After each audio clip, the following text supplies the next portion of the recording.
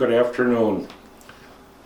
This is being recorded February 6th, 2021, and my name is Bob Boeck, and my writings are growing up in Iron Ridge to my teenage years. A lot of this was written at UW-Madison parking garage for my son Brett's cancer treatments through his 4 rounds of radiation and 27 rounds of, through his 4 rounds of chemotherapy and his 27 rounds of radiation.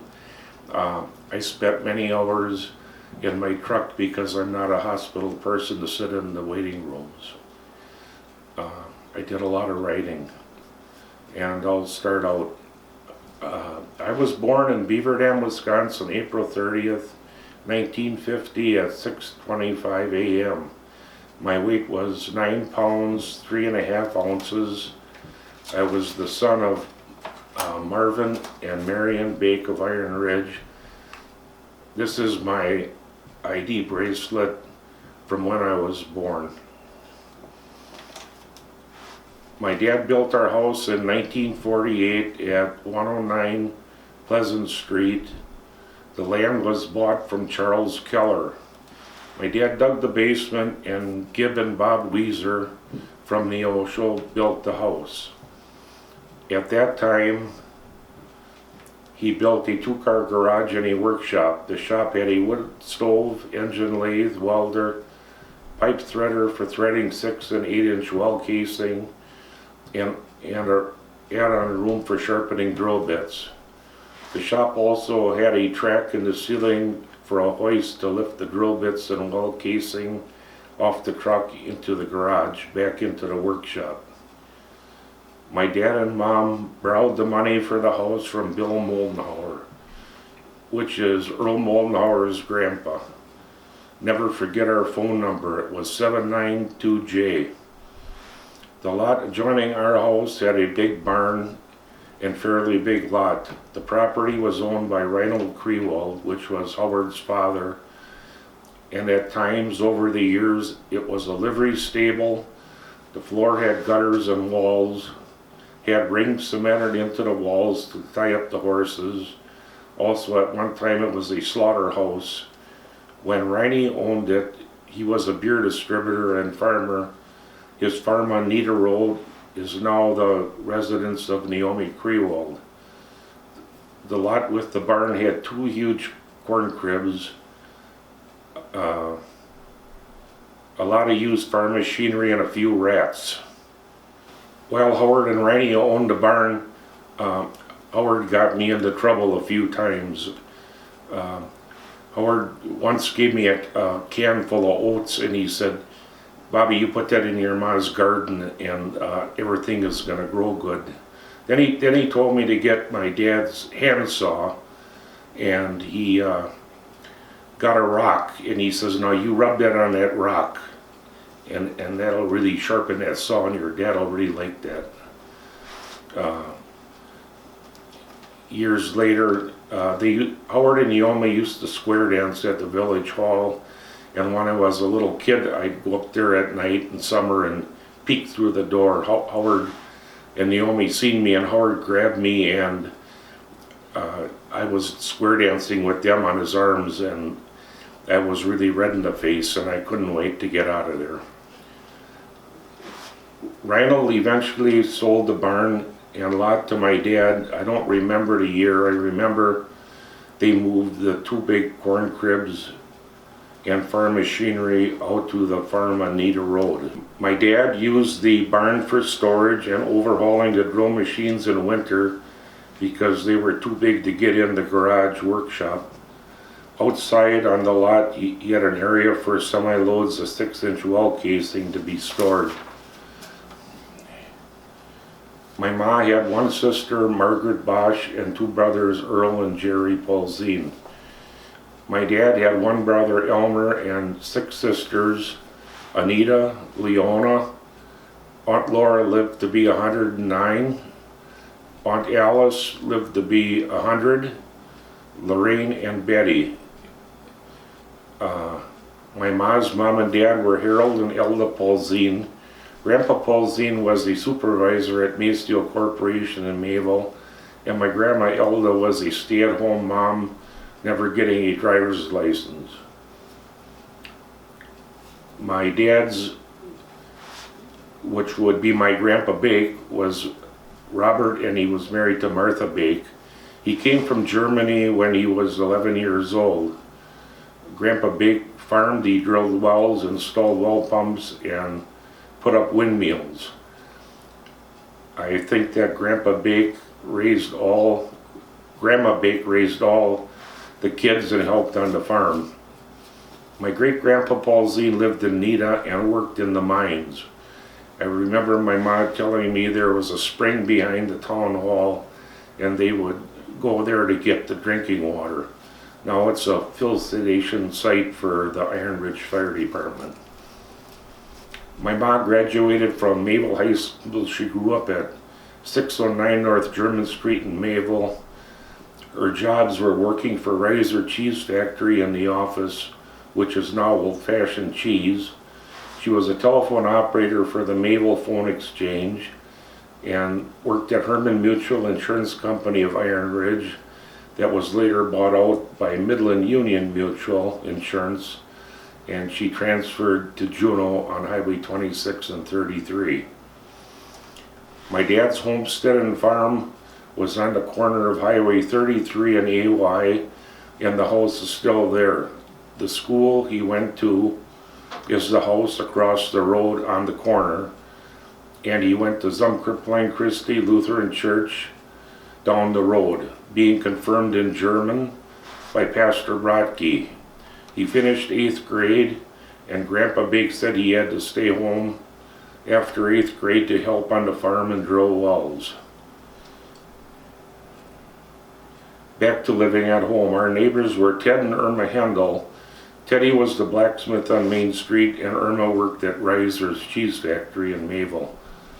The garage where Teddy slept a lot of times, when he come home with the shoes full and Irma kicked him out, where he had to sleep overnight upstairs in the garage, and we had our deer hunters meetings for years there. It was the Nita mine office, which they moved from Nita to there.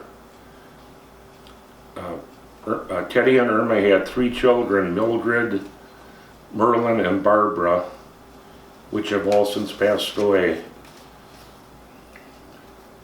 Merlin used to work for my dad drilling wells, and Barbara was my babysitter. She ended up being killed in a car accident at a very young age. The house is now owned by Dean Keller. The next neighbors were David and Isabel Sturm. David was also a blacksmith. His shop was in the back street, the building now owned by Doug and Mike Keel. Isabel helped at the shop a lot in the summer, sharpening sickle blades for farmers used for cutting hay. Their house is now owned by Troy Keel. Art and Heidi Krieger, the rented house on the corner of Park Street owned by Troy Keel. I don't remember what Art did. He was pretty old. He sat in the lawn chair all summer smoking his pipe. Art and Heidi were from the old days. Ida made all the meals on the old wood cook stove, and for years carried out the piss pot out to the outhouse every morning. It was many years before they had inside toilet. Had a pretty big lawn and used the old push reel lawnmower to cut it. When Art drove up the hill to Main Street, it was very exciting. He'd have the engine wound up in RPMs and pop the clutch. The car was rocking up and down halfway up the hill. Next to Art and Heidi was Jack and Maida Wagner, next to the viaduct. Jack worked for the railroad, a very nice and quiet guy. His wife Maida had mental problems. She would see over by Art and Ida through the back door and go ballistic, yelling and screaming, and would slam the door. Art always says to me she's nuts. Back to my dad and his drilling business. He said Grandpa Boeck drilled wells with horses and later steam engine. He took over Grandpa's business. He had two drill machines, a 20W and 22W beside his Erie. They were called sputter machines because they went up and down pounding, whereas today they're called rotaries. They rotate down in a circle. When it took my dad a week to drill a well, a rotary can do it in a day. Reasons my dad didn't buy one of these: they were very expensive. His age and work was pretty hard to find enough to pay for the big investment. Later years he bought a Schmiel pump hoist. That's a hydraulic boom mounted on a Ford 250 truck chassis for pulling out pumps, which before had to be done by hand. My dad drilled wells, installed pumps, and in his earlier years put up windmills until jet and submersible pumps came out to replace the windmills and pump jacks. He was in business 43 years. Late 40s well drillers were required to be licensed by the state of Wisconsin.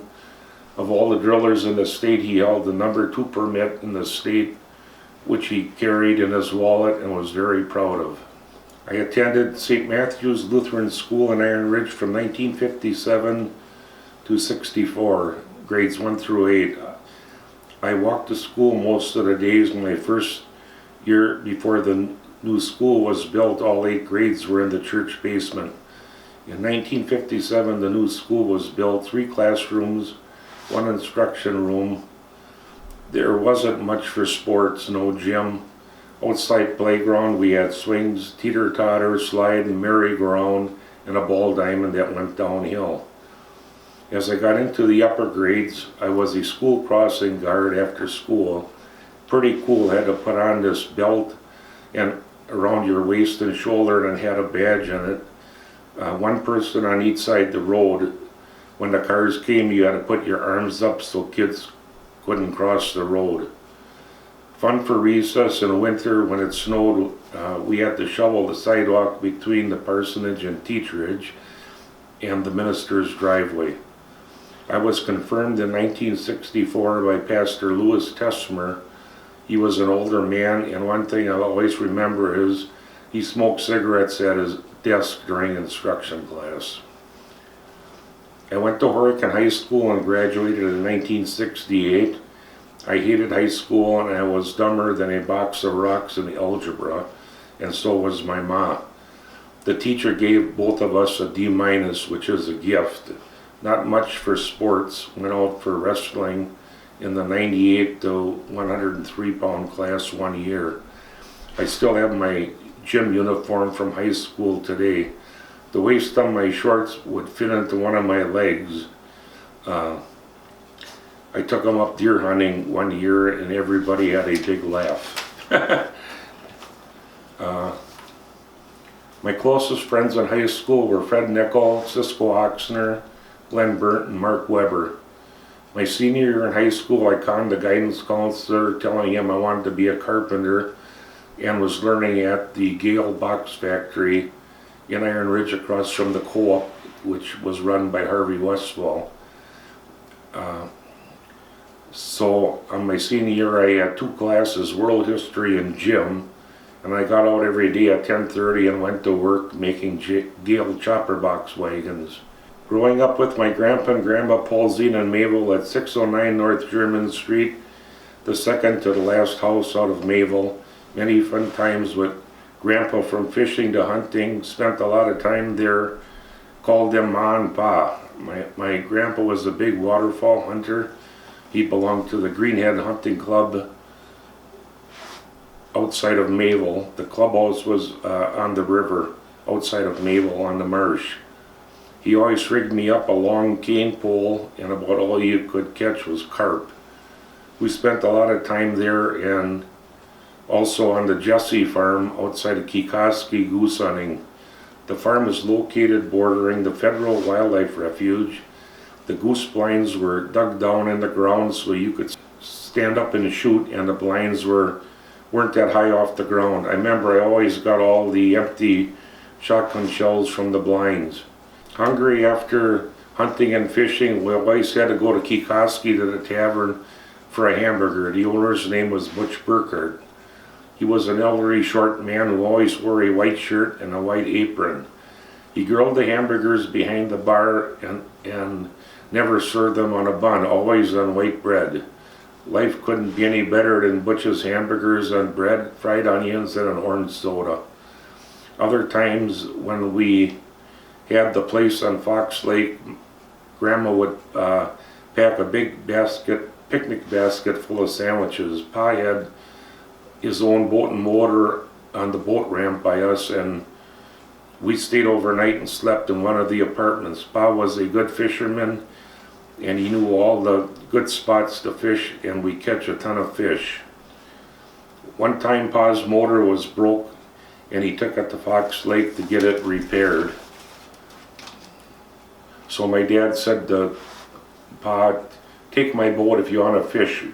We were down in the government marsh and we quit fishing. Going back, he started the motor. It was a 7.5 horse Elgin. We got about halfway back, wide open. The motor jumped off the boat, and my dad was sort of half-assed, like he didn't have the knobs tight on the motor, no safety chain. So we quick grabbed the oars and rowed back to the spot it jumped off.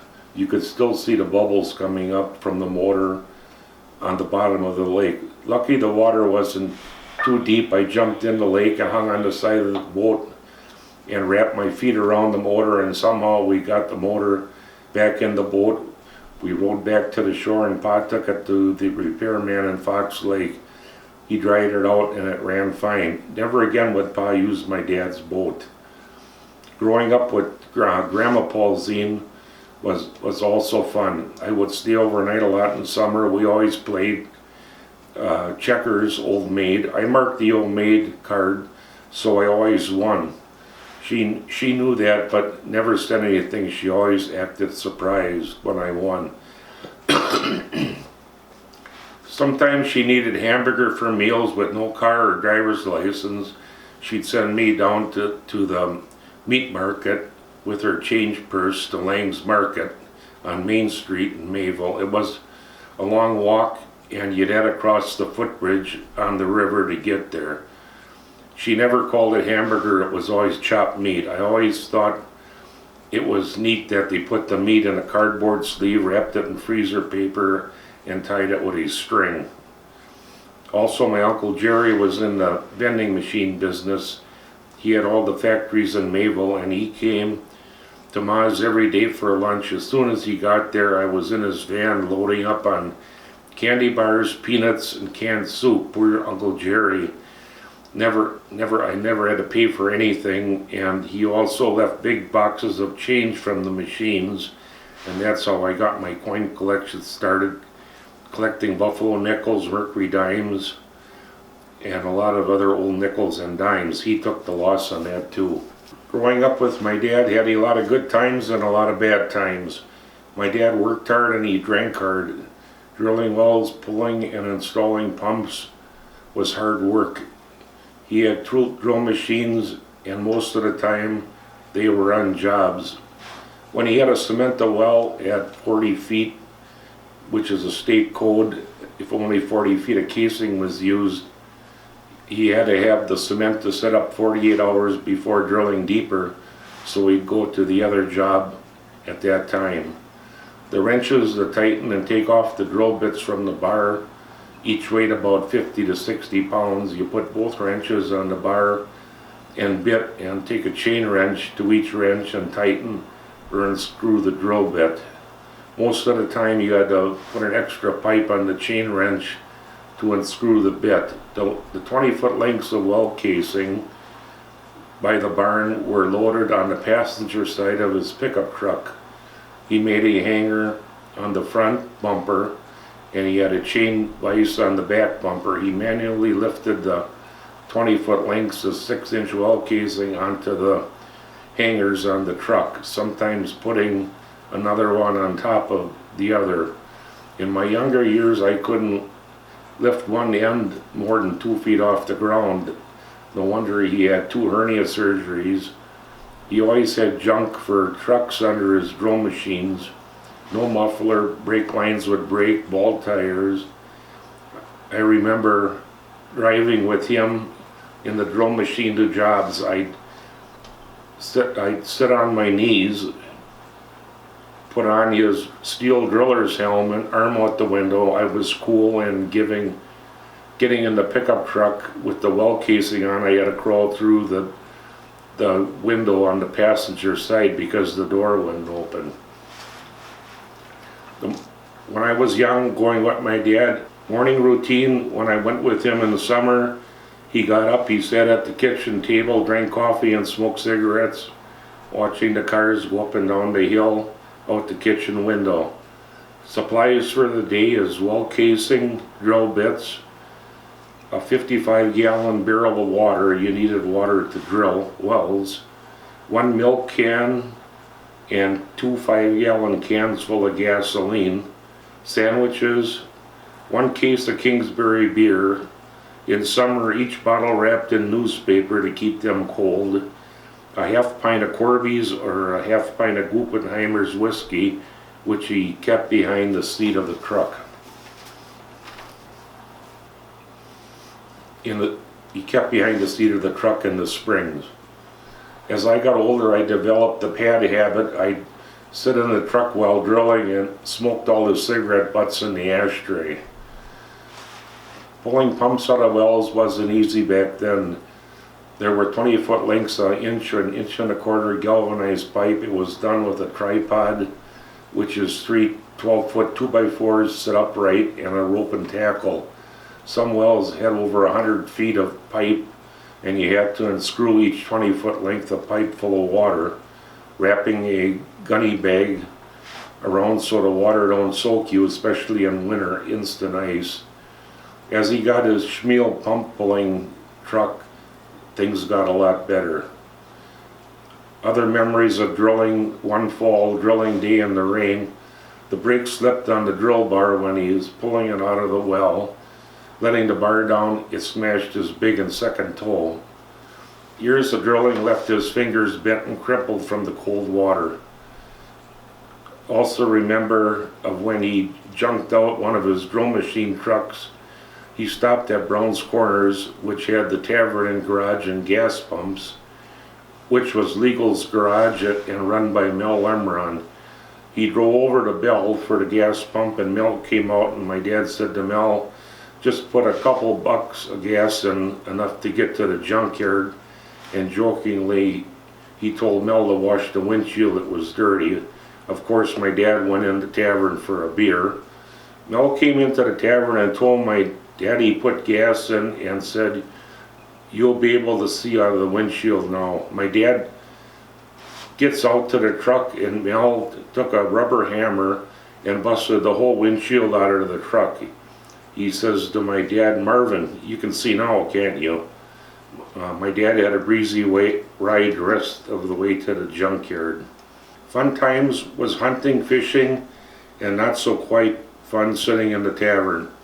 Don't remember much of our house trailer spot on Lake Puckaway, but I do remember we were on our way up there, taking our trailer up there, and on the way Dad went over some bad railroad tracks, and the trailer came off the hitch of the truck and ended up in the marsh. The passenger side was smashed on the corner, and Ma was pissed because the dishes flew out the cupboard and broke.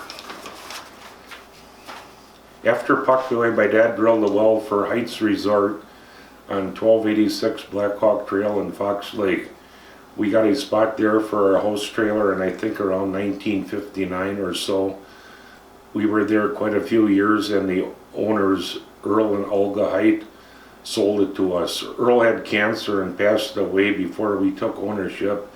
Olga wanted to sell fast, so my dad got a pretty good deal on it. It was a big house with the living quarters downstairs and a rented apartment on the lower level, 2 apartments upstairs each with kitchen and bedroom. The place had no indoor bathrooms. They still used the outhouse shitter. My dad put in a bathroom downstairs, which we shared with the lower apartment, and a bathroom upstairs with a bathtub that we shared with the bathtub everyone shared. It also had a cottage on it, and he also added a bathroom. He had a caretaker that lived in our trailer year-round. His name was Al Tesh, and he rented out the apartments and did the cleaning to get them ready for the next people. My dad was a tightwad. He used the rental money for taxes, insurance, and made improvements. Ma didn't think too much of the place. She would work all weekend. On the weekend up there, she spent a lot of time in the laundromat in Fox Lake washing bed sheets and cleaning apartments for the rental people. I also had issues because the rental people got to use our pier. As I got older, Dad bought me my first boat from Art Roberts. Art used to be a tavern owner in Hartford, was a member of our deer hunting club, and retired on Beaver Dam Lake. It was a 14-foot runabout with a 35-horse Mercury engine, just like Mike's Lucky Charm. My dad also made a boat lift for it, and it hung right over the lake, which was really nice. To sum up fishing, winter is so much fun dipping buffalo carp at Chester. I don't know why it was called Chester. It was just past the wildlife refuge on Highway 49 before you get to Waupun. Don't remember the size of the net. It was like 5 to 6 feet square, attached to a steel bows. I think the blacksmith Teddy Hendel made the bows for my dad, and a large wooden pole for lifting the net out of the water. You tied a stick. You took a spud bar and made a hole big enough to get the ice saw in the ice. The saw is like a two-man crosscut, but it only has one handle attached, and you put a stick on your net so it sticks out the water. When the carp are running down the river, the stick moves. Sometimes my dad had so many on the net he could hardly lift them out of the water. What did we do with all? What did we do with all of them? My mom made carp soup, Bailey's, peppercorns, cream, and the rest went to Art Kumro. He lived next to Herman Mutual Insurance office. He had the old stone smokehouse and would smoke them for half. Boy, were they good. Hunting at home, my high school years, if I wasn't working, I'd get off the bus, change clothes, take my dog Chipper, get on the railroad tracks, hunting all the way down to Howard Crewald. Plenty of rabbits, and the Rod and Gun Club raised pheasants. Always had pretty good luck. Other times, my mom would drive me down by Kelvin Becker on Highway 67, and I'd walk back the creek back to Iron Ridge, always getting a good chance of getting wood ducks and pheasants. Hunting with my dad on Sundays after church was fun. We started out at the viaduct and we worked our way down towards Howard Crewald. There was no Westgate subdivision, it was all farmland. The rabbits sat on the side of the hill of the tracks, and Chipper would chase them up. He was one of the best dogs I had. If we didn't go rabbit hunting on Sundays, we'd go out to Howard Crewald's and shoot pigeons off the barn roof and silo. Mom made them in the roaster, and they were great. Today I wonder if I could still eat a pigeon. Dad and I were also big into goose hunting. Our spot was on Highway 49 towards Waupun.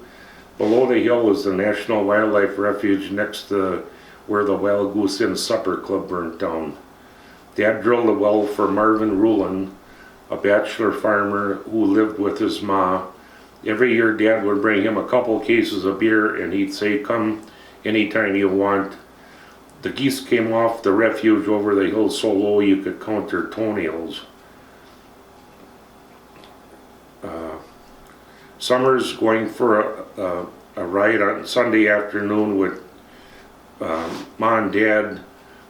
You learn to never sit in the back seat of the car. My dad chewed Copenhagen and he spit out the window, and if you're sitting on that side, you surely got nailed. Deer hunting was our was my favorite time of the year. Our cabin was built by our fathers and past members in 1948.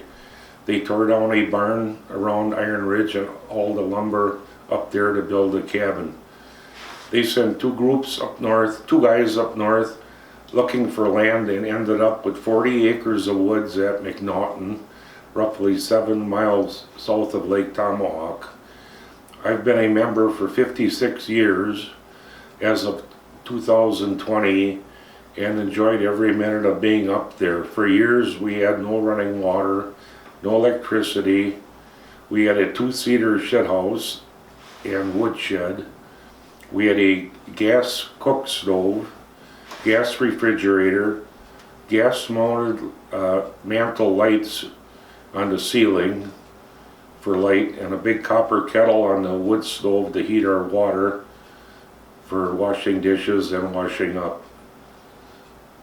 After supper was sheep's head poker and a lot of booze. Being the cabin was pretty smoked up, cigars, cigarettes, and pipes. Before hunting in the morning, table would be full of Joni hand warmers. Here's a Joni hand warmer. You had to put hand warmer fluid in and you light them, and there's a red bag that fits over this and they would really keep you warm. My dad invented the charcoal coffee can for keeping warm.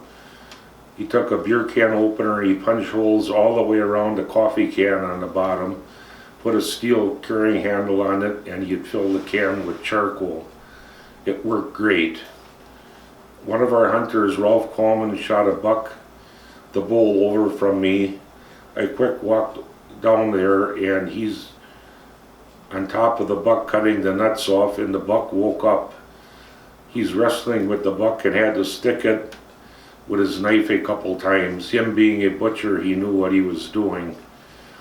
Another member, Elvin Ringel, one day was sitting on a rock close to me and I could hear loud noise his way. I went over the hill and he was sitting on a large rock with his transistor radio hanging from the tree listening to the Badger game. I said to him, "Elvin, how are you ever going to get a deer with that thing on?" He says, "They like that, they come to check out the noise." A couple of days later he shot a porcupine and dragged it back to the cabin and hung it on our deer pole. Other memories are Mike Hendel and Tommy Retschluck coming back to the cabin after midnight with 2 girls.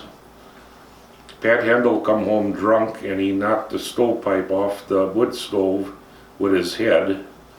And another member, Art Roberts, in the middle of the night bangs a coffee can on the floor because the porcupine was chewing on the beam underneath the cabin by his bed. Another memory was the year everybody got the flu and had an ice cream pail by their bed. The times we went to Boom Bay Bar, the Topless Dancers Bar, everyone brought their own can of beer in their jacket because they charged $2 a can. And one of our guys threw my dad's cap up on the stage and the woman rubbed his cap in her crotch.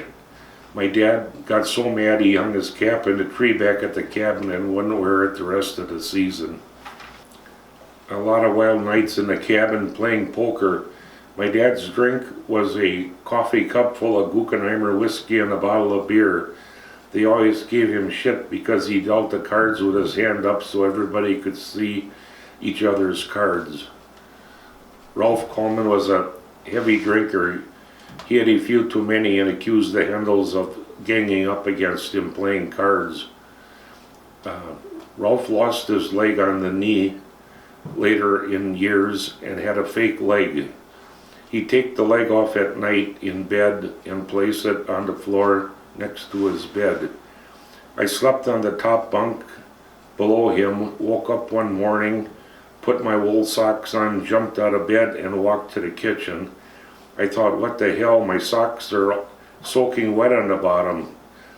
He woke up at night, wiggled over to the edge of the bed and he pissed on the floor. I was really mad. Not having a well at the deer cabin was challenging. We'd get water from Lucille and Archie Fleckenstein's tavern. We'd go with a pickup truck load of milk cans, and our dads would sit at the bar, and Mike, Tommy, and myself would have to fill all the milk cans in the basement, carry them up the steps to the outside and on the truck. Other times we'd go to the wayside on Highway 47. They had a hand pump. It took forever to fill the cans. A little more to add. Going up north in the old days, it was in the truck, my dad, me and Teddy. I always got stuck in the middle, sitting by the gear shift lever. I had to put my legs between there, and a couple miles out of Iron Ridge, Teddy was sleeping already. It was a long ride up there. Some other exciting times were one of our members, Werner Dorner, he shot a buck out of his blind. He ran after it down the hill and he had a heart attack. They had to bring the ambulance out there and take him to the hospital, and eventually he turned out okay. Another casualty was my buddy Bob Delzer. He was helping me build a tree stand, and he was way up on the ladder, and I had a bed rail for a brace, and the ladder slipped, and it caught the side of his face below his eye, and got to take him to the emergency room in Rhinelander to get stitches. So another one I guess I'll never forget is there was no Highway 39 up north to Woodruff or Minocqua. We always went through Tigerton, New London, Anigo, and on the way back, every year my dad had to stop and get a 50-pound bag of potatoes at this farm market, and the guy was an old German guy, and my dad would talk German to him, and he'd always Jew him down a couple bucks off a bag of potatoes. I joined the club in 1964 as the youngest in the club, and now in 2021 I'm the oldest. Those that are gone, our members were Howard Riley, a bachelor farmer from Monchez, Elvin Ringel, a farmer from Iron Ridge, Art Roberts, a tavern owner from Hartford, Ralph Coleman, a butcher from Hughesford, Jack Lader, a Dodge County Sheriff's Deputy from Mayville, Tommy Retschlug, a handyman from Rubicon, Ben Retschlug, a pig farmer from Rubicon on Pond Road, that would be Tommy's dad, Merle Hendel from Hughesford, who used to work for my dad. He was in quality control at Mayville Metal in Mayville, and he did ornamental railing work in his shop in Hughesford. My dad, Marvin, and Ted Hendel, the blacksmith in Iron Ridge, which was Merle's dad. Couldn't find a better bunch of guys to go hunting with, and miss them all. Next, I'd like to get into the Iron Ridge Fire Department. One advantage of living where I did as a kid was being close to the fire department. The fire station was on North Main between Bill Keller and the house where Franny Miller now lives. As soon as the siren went off, I'd be up the hill between the village hall and the fire station garage. I always beat them there before the doors opened. In those days, rubber coats with steel belt snaps, rubber rain caps, and hip boots were standard. There were no air packs or all the modern stuff like today. Whoever couldn't fit in the fire truck, the rest hung on to the side and back rails of the truck's exterior, and away they went. The garage next to Bill Keller held the 2 engines, and the end garage next to Franny Miller had the tanker. The 29 was in the basement of the 2-car station. The earliest I can remember the picnic was when it was on North Main Street. I have pictures of some of the parade entries from back then that were taken by my ma. In those years, there was no carnival, but the firemen got their own games for the kids.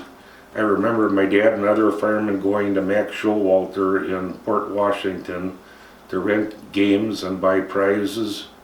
Games were roll a race car, pitch till you win, break the balloon with the darts, ring toss, and a fish pond. I remember helping with the games and still have some beer steins that I won. Also remember working in the fish pond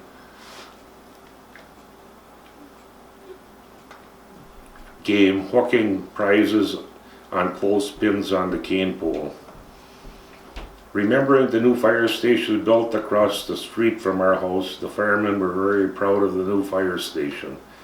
I have a Maple News picture of my dad and dog Chipper with Alan Friday standing in the new station next to the trucks.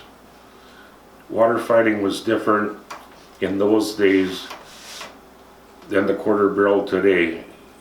Back then it was 2 men on each end, one person with his back to the opposite the other person hiding behind him. They used a 2.5-inch hose with a straight bore nozzle.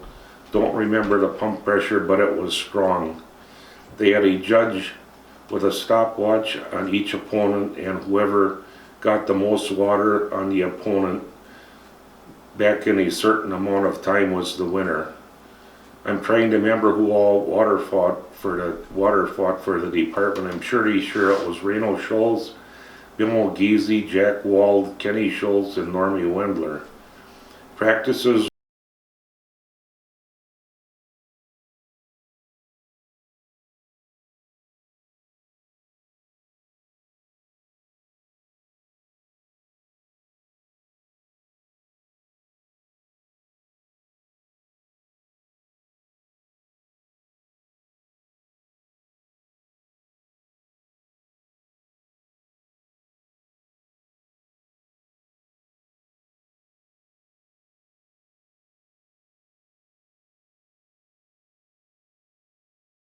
I joined the fire department in 1978, and at that time there were no fire pagers. You heard the siren and had to go to the station to find out what was going down.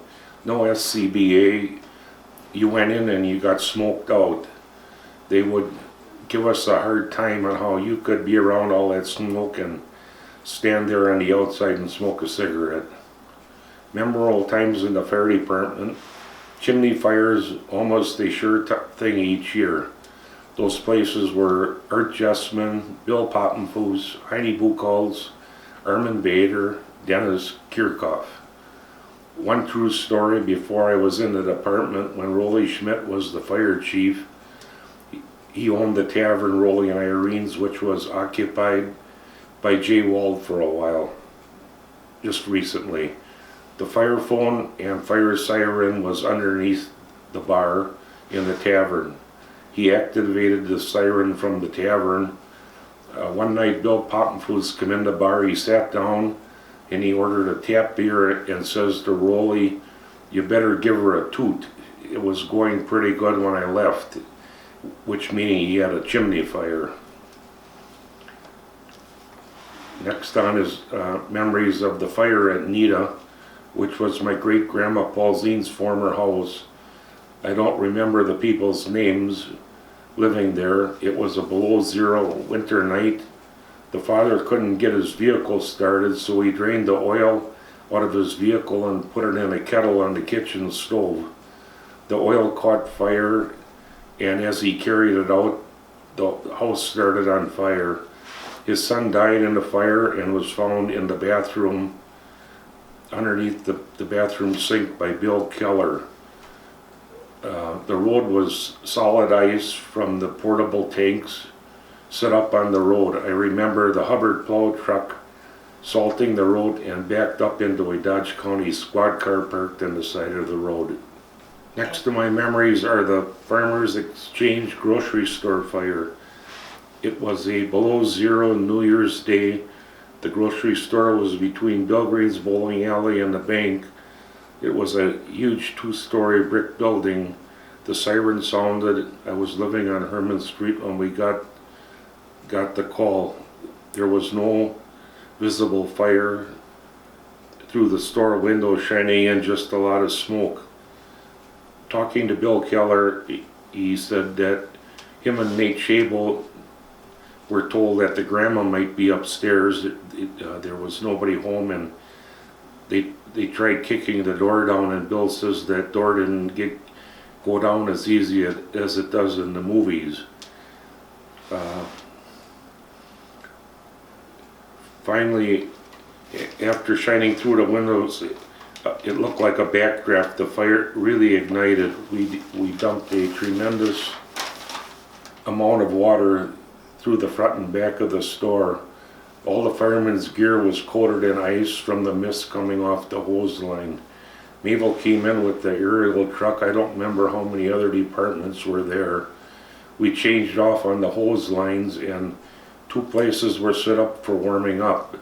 The auxiliary served coffee, hot chocolate, and sandwiches. One place right across the street was Bonzo's Iron Ridge Inn, which was the old motel, and the other was the laundromat owned by Judy and Marion Reister, which was the old Stelmacher feed mill next to the post office, which was close to the new Iron Ridge Inn.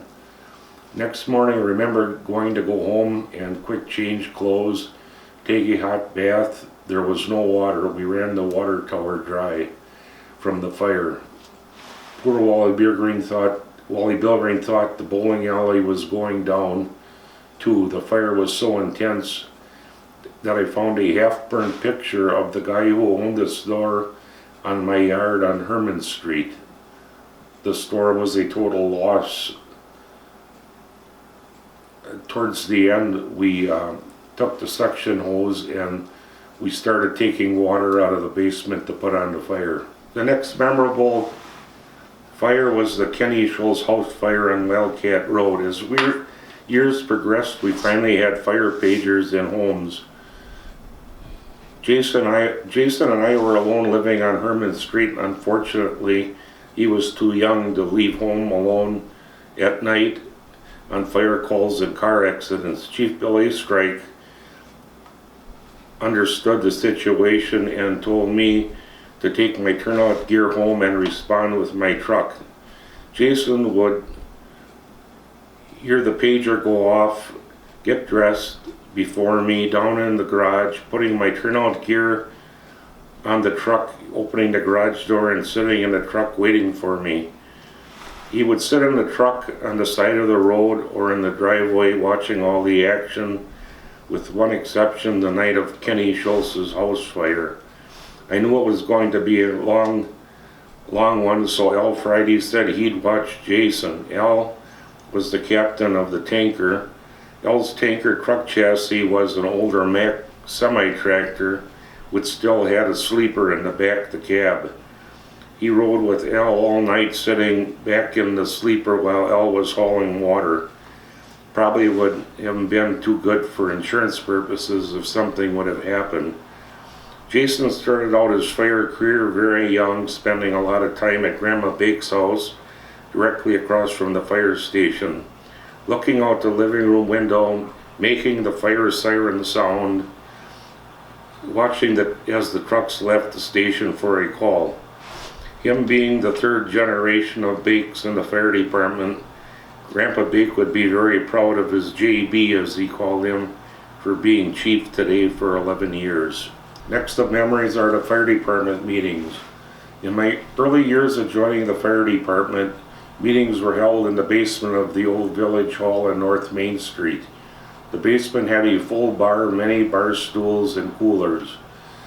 The head table of officers were Chief Bill A. Strike, Assistant Chief Robert C. Keel, Treasurer Arnie Taple, and Secretary E.H. Ratliff, Elmer. A tradition of every meeting was Arnold reading the financial reports and always saying, "Change on hand, $25. Elmer was the fire inspector for the village, and Elmer sold and serviced fire extinguishers for a side business. Elmer lived in the trailer across the street from the elderly housing. Bill Mulgeezy was the bartender. Fun started after the meeting. Lunch almost every meeting, raw beef and onions, cheese and cold cuts. Always card games, sheep's head poker, late into the night, and rumored a few into sunrise. Every summer, the week before the tournament on meeting night, we'd have marching practice. We'd march around the block for practice for the tournament parade. Bobby Keel called the left left, and Sparky Cron would play the snare drum and Wally Boeck-Growing would play the bass drum. I was a pro after getting back from 6 months marching every day in the Army. A little more to add, remembering the old fire station on North Main Street to the new one on Pleasant Street across from our house, buying the park property from Art Krieger, which consisted of a large barn and machine shop building, which the firemen all tore down. The park being all farmland, a lot of hard work by the firemen to get where the park is today. Also very proud of our new fire station, which any department would give their left nut to have. If only all the old firemen of the past could see where we are today. I can still remember their faces as if it was yesterday.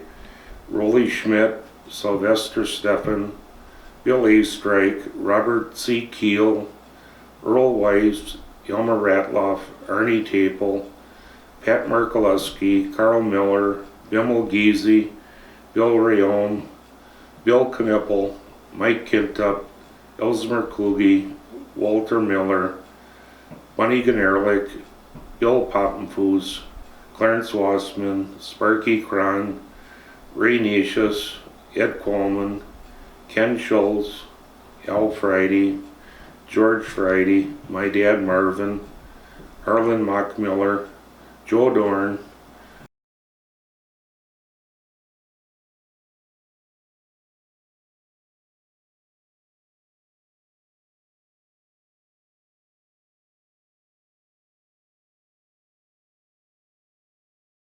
being in the Iron Ridge Fire Department now going on 43 years and being an honorary member, it has brought back a lot of memories of all the house fires, barn fires, chimney fires, up on the roof in the middle of winter on a roof ladder, chains down the chimney cherry red, car accidents with injuries and loss of life.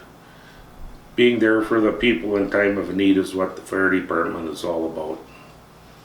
Going back, this is back to growing up in Iron Ridge again. Going back 70 years, Iron Ridge was a lot different than it is now. It's hard to look back at it.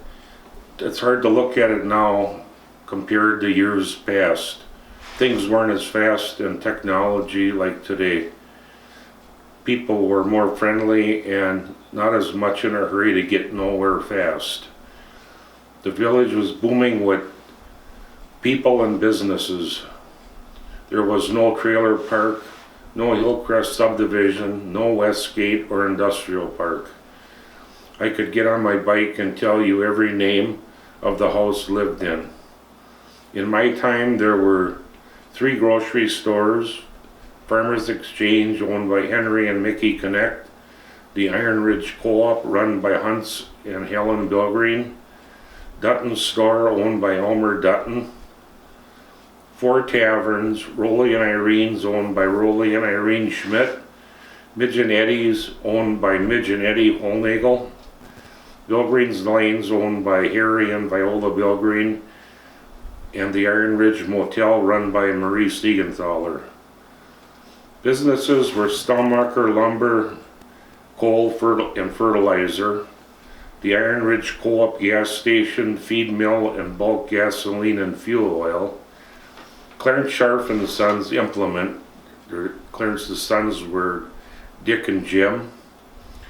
Clarence had the international dealership, a farm machinery, and a hardware store.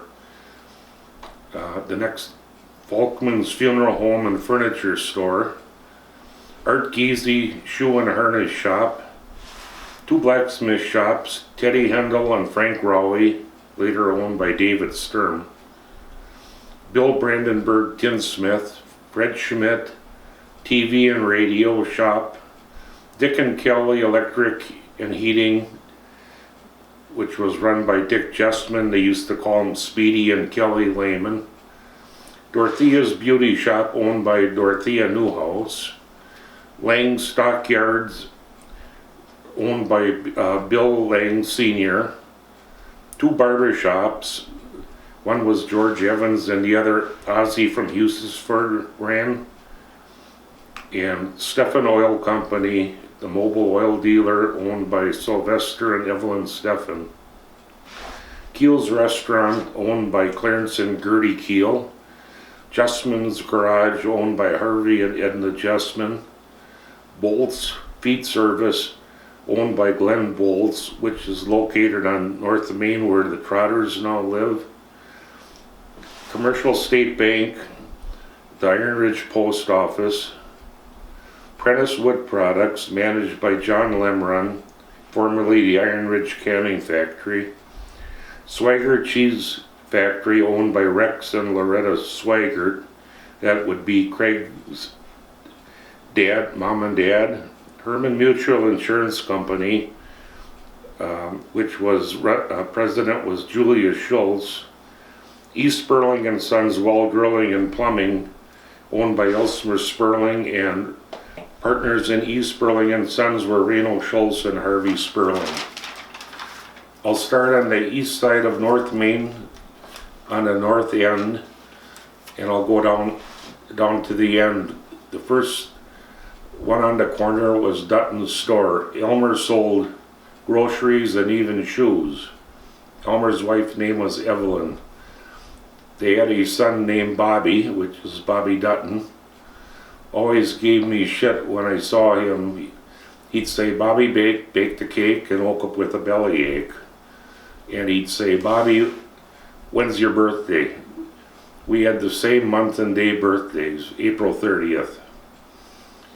Next down was Midge and Eddie's Tavern, owned by Midge and Eddie Holnagel. Eddie came from Madison before he bought the bar. Ed helped my dad drilling wells when he moved from job to job. Dad would drive the drill machine and Ed would follow in the pickup truck. One of my dad's best taverns in town. I used to spend a lot of time in there. Midge made Friday night fish fries, and my mom would never eat there because Midge chain smoked cigarettes and had a bad case of asthma. And you could hear her coughing in the kitchen non-stop deep frying fish. Also remember the men's urinal in the bathroom. I never seen a urinal that big in my life. Ask Bill Keller and Earl Molnauer. They agreed. I'd step up to that thing and look up over my head. It stunk like hell too. Upstairs there were apartments where a lot of single guys lived. Next down was Bill-Green's Lanes, owned by Harry and Viola Bill-Green, and later run by Wally and Marlene Bill-Green. Bill-Green's wasn't one of my dad's favorite. He seldom went in there. My mom bowled in league there for a lot of years. I bowled there in grade school, used the black and white speckle ball called the popcorn ball. I had a bad left hook, it always ended up in the right gutter. Harry was also very crabby, thick glasses, and supposedly looked at you like you were a pain in his ass. I remember a long radiator by the front window and two big captain's chairs where Harry would sit and watch activity on Main Street. The little room adjoining the tavern, Viola had a drugstore. She sold non-prescription drugs, jewelry, knickknacks, linens, comic books, and magazines. Comic books back then that didn't sell by a certain date, she'd rip off the date and send them back for credit, and she always gave them to me. If I had them today, they'd be worth a fortune. Remember, Harry had an old oil pull tractor. He drove it in the Iron Ridge Parade. Next down, the Farmers Exchange grocery store owned by Henry and Mickey Connect. There was an alley between Bill-Green's and Farmers Exchange. Henry and Mickey had a son named John. Entering the store, you had to walk up a ramp, no stairs. Lots of groceries and a fresh meat case of meat butchered by Henry. Henry did butchering for farmers and for his store. Employees I remember who worked there was Helen Eaker, Violet Zerbel, and Jerry Weiss. Every Tuesday was butchering day. Henry had his own cattle pickup truck, and a red-haired gentleman, his name was Elmer Bonert from Husisward, would bring the pigs and the cows in, and Henry, a pretty big guy, would hit the cows in the head with the backside of an axe, and Vilas's job was to shoot the pigs in the head with a .22 rifle. Couldn't come in to watch until they were dead. Peeked through the window before that. Vilas gave me cow magnets found in the cow's stomach sometimes. Next down was the Commercial State Bank building adjoining Farmers Exchange, which was badly burned by the store fire. The bank consisted of the bank, an apartment in the back. I think Dooley and Lily Bilgreen lived there, and Dr. Quackenbush had an office upstairs. President of the bank was Jack Gitzinger. Jack had his son John Gitzinger and a daughter, I don't remember her name, but she married a baseball player named Dennis Menke, who played for the Milwaukee Braves baseball team. Jack's wife's name was Bessie. Employees at the bank I remember are Alexa Nicias, Tori Hartwig, and Marion Generlich. I remember going to the bank with my mom. They had solid teller wells up to the top, then electric wires with pointed pegs that looked like sharpened lead pencils. Part of this is at the Neosho Museum. Next down, also about 100 feet, was Rolly and Irene's Tavern, owned by Roland and Irene Schmidt, probably the busiest tavern in town. Rolly did carpenter work part-time and was the fire chief for some time. They had a glass case of candy bars behind the bar. Bun was my favorite. They lived in the back of the bar and rented out the upstairs. The tenants I remember were Bob and Fern Zimmerman. Bob worked for the telephone company, and Fern worked with my ma at Herman Mutual. I remember my best friend Daryl Schmidt with me at Rolly and Irene's, putting a roll in the player piano and sitting on the bench listening to the music and watching the keys go up and down, and putting money in the jukebox doing the twist by Chubby Checker. Couple guys I'll never forget that were always in the tavern. One's name is Zepp Haas. Zepp was single. He worked for Dick and Kelly's Electric and Heating. He was always sitting at the bar loaded and talking to himself really loud. Both hands on his forehead. Zepp lived in the trailer house next to Teddy's blacksmith shop. Another guy I'll never forget, his name was Bill Schmidt. He lived in the house trailer now next to the Albert Birkwald farm, now occupied by the Wiedmeyer boys. Bill was retired from the railroad. His nickname was Kopie because he always had a chew in his mouth. The guys in the bar would get him so riled up that he'd slam his fist on the bar and his change would jump up off the bar. He knew every swear word in the book. Bill was a relative to Bimmel Giese. Bimmel inherited Bill Schmidt's old car. I don't remember the year of it, but for information, Bill was Bimmel's mother, Elsie's brother. The adjoining room in the tavern by Rolly and Irene's was a barber shop rented to Ken Balfus of Horkin. Men would sit at the bar waiting for a haircut, and Ken would come in at the bar and say, "You're next."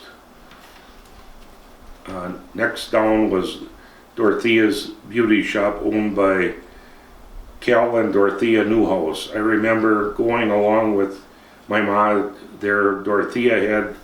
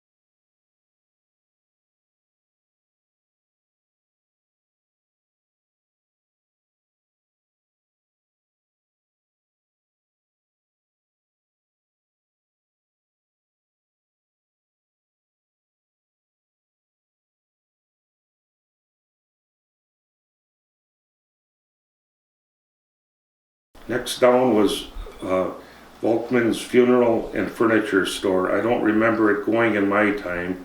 Living there was Harvey and Isabel Sperling. Harvey worked with his dad Elsmer, well drilling, pump installing, and plumbing. They had 2 kids named Janet and Buddy. Buddy was one of my best friends. Reno Schultz also worked for Elsmer. He was Elsmer's son-in-law as Reno married Elsmer's daughter Ruthie. My dad's competitor, but they always had a lot of work. I remember playing with Buddy there. They had an elevator used for raising and lowering caskets and furniture from upstairs down. You had to pull on the rope to go up or down. Next down from Harvey and Izzy's place, there was a big vacant lot before the new commercial state bank was built up to the White House on the corner, which was owned by Gilbert Kaepernick, the former postmaster in Iron Ridge. That was the extent of north to south Main Street on the east side, now north to south on the west side of Main Street. Coming up Highway 67 around the curve, the building was Harvey and Edna Justman's garage. Living quarters, as is now, where the massage place used to be. George Evans' barber shop was located. Harvey and Edna had a daughter named Violet. Harvey first was an auto mechanic and had 2 gas pumps in front around the curve. Harvey quit fixing cars and went into the small engine sales and repair business. Later, after George Evans quit barbering, he used the space for a showroom for his lawnmowers. My mom was very close friends with Edna and Violet. Whenever me and Ma walked to the grocery store, we would stop and shoot the shit with Harvey and Edna in their office. I remember my dad buying our first riding lawnmower, a Snapper, from Harvey to cut the lawn down by the barn. Also, I'll never forget the time I was walking home from school in winter. Harvey had an outside air hose with an air gauge with a dial on it. For some dumb reason, I stuck my tongue on it. My tongue instantly froze on it. How it hurt to pull my tongue off. I never do that again. Later on, Violet got married to a guy named Cy Stuffle. Cy ran the bar at Brown's Corners for a while and eventually bought a bar in Elmore, Wisconsin. We would occasionally go up there to visit.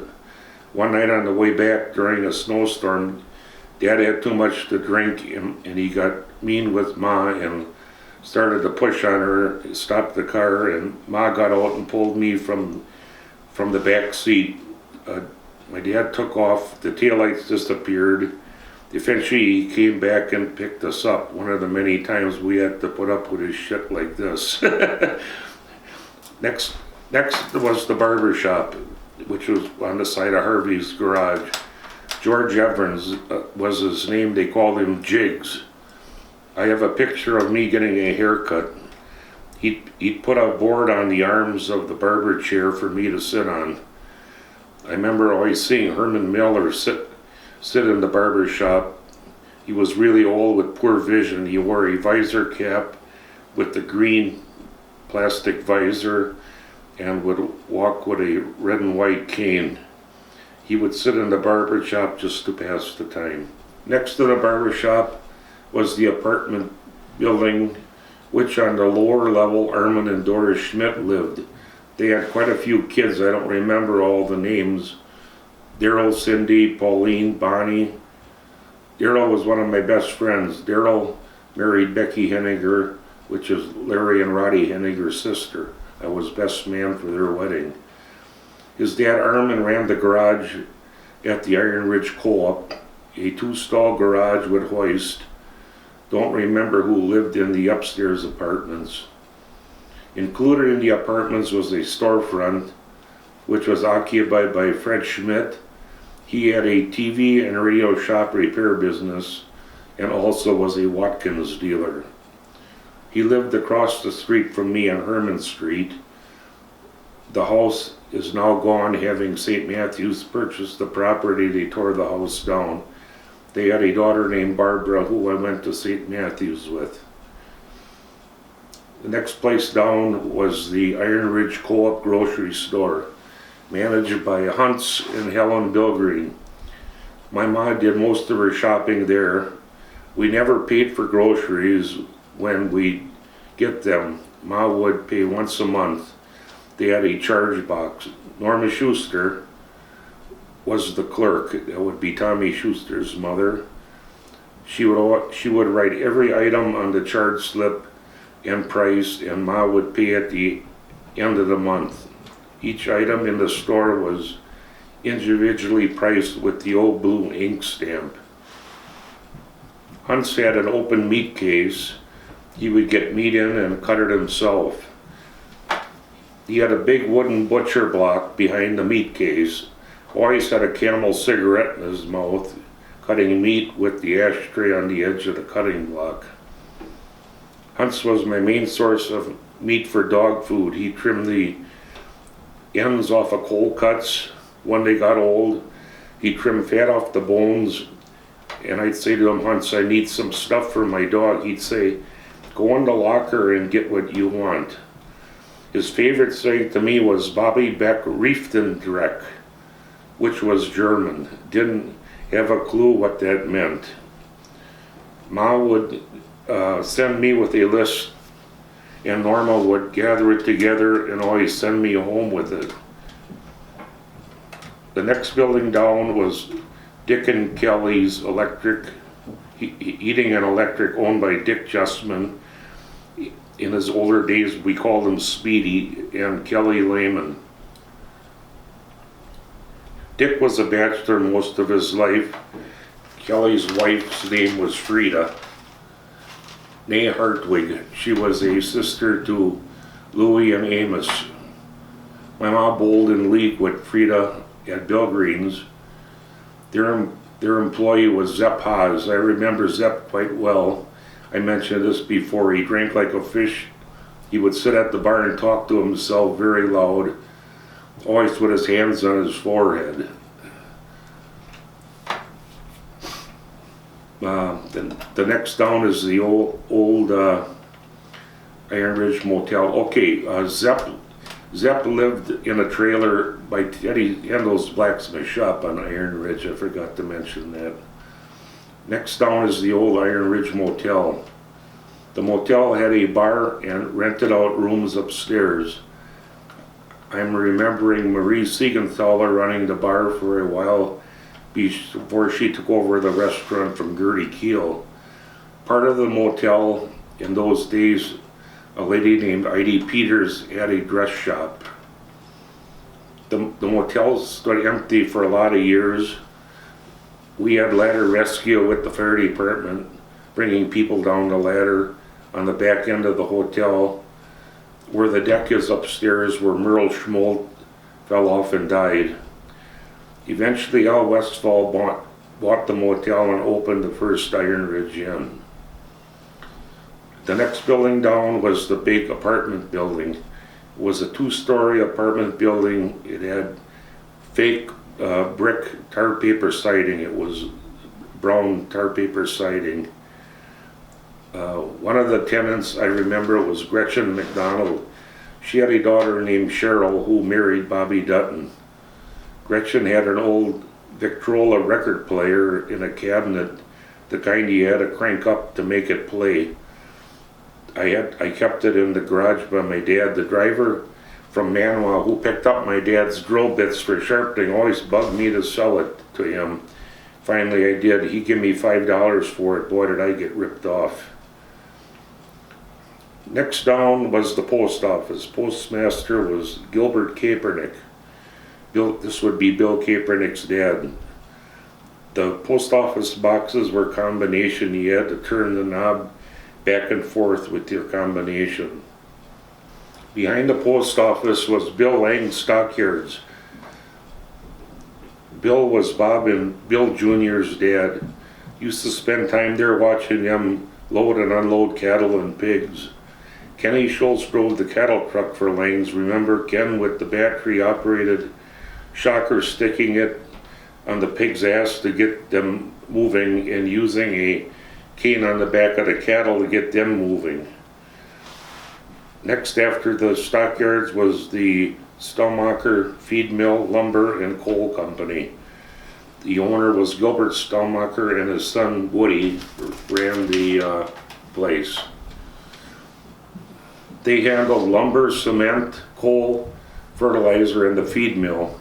Used to like to watch the farmers come in with a big load of cob corn, watch them scoop shovel it off the trucker wagon into the grinder. Bunnigan Ehrlich, John's dad, worked at the mill for many years. I had a pet rabbit and Bunny would give me a grocery bag full of rabbit pellets for 25 cents. Also every year the mill would get colored chickens in at Easter. I remember them in the main office by the window with a heat lamp on them to keep them warm. I bugged my ma to get 2 of them. We still had my old sandbox that my dad made for me, even had a roof on it. He put chicken wire on the sides and made a door. This is where I kept them. I called them Nicky and Picky. Bunny kept me well supplied with chicken feed. They really grew through the summer, fall, and unfortunately my dad said it's time they go. They sure didn't taste very good to me when Mom made them. The lumber shed at Stalmacher's was very long. It stretched a little off of Highway 67 behind Justman's garage down to where the Iron Ridge Motel is, along with a couple of coal fertilizer sheds. They owned all the land up to 67 where the old fire department and the village well house is now. And in winter the village dumped snow taken off of Main Street in that area. Next down is Teddy Hendel's blacksmith shop. Also part of it was Bill Brandenburg's tinsmith shop. Bill specialized in plumbing, heating, and tin work. Bill was quite elderly when I knew him. He was a short, skinny guy who wore gold-rimmed round glasses. He specialized in tin work, I think, like stovepipe and furnace duct work.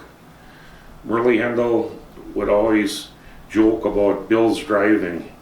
He had a Ford Model A pickup truck and would park in the shop. When he'd leave, he'd always back out onto Main Street full speed, never looking if anybody was coming. Merle couldn't believe that he never hit someone. Ted Hendel was one of 2 blacksmiths in town. Teddy could make or fix anything. He had the old Stoker coal forge to heat things up. I can still remember the smell of the smoke. Teddy's blacksmith shop had the old wooden floor. In it, Teddy made his own horseshoes and went out to farmers to shoot their horses. The blacksmith shop was very old. He heated the shop with a big wood stove. Used tree wood and hardwood 4x4s left on the railroad cars that hauled steel. They had a side track off the main track where they would park the empty cars. Him and Merle would crawl inside the cars and throw the 4x4s over the side. They had a buck saw behind the shop to cut the wood. Next down, behind the blacksmith shop, it was called the Railroad Roundabout. I remember the old timers talking about the train roundabout. I talked to Craig Swigert. He remembers it plainly. They unhooked the engine from the train and they had a side track with a big turntable.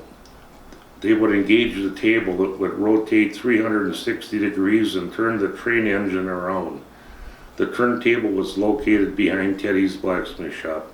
Next down, past the Teddy's blacksmith shop, was the sugar beet dump. The beet dump wasn't going anymore in my day. It was a big tall steel structure with a deep water pit in it to rinse the beets off after being unloaded. Once rinsed, they were raised up out of the water by elevator onto rail cars. In those days, sugar beets were grown a lot in the Iron Ridge area. remember Merle telling me stories about the sugar beets because he and Wally Bilgreen used to cut them in the fields. I remember the migrant camps that were built outside of Iron Ridge and Highway S next to Tommy Schuster's farm and Terry Grimes' house in the woods. They stayed there.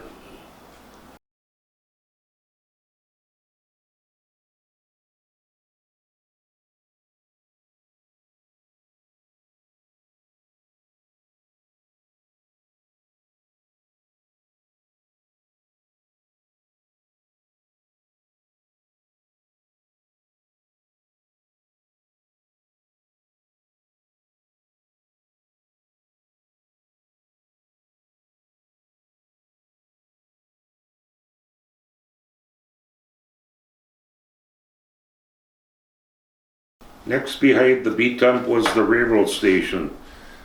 The depot got packages were sent to the depot and people would pick them up. I got a rear fender for my 59 Etzel shipped there. I was pretty small, but I remember my mom telling me we took the train to Oconomowoc shopping.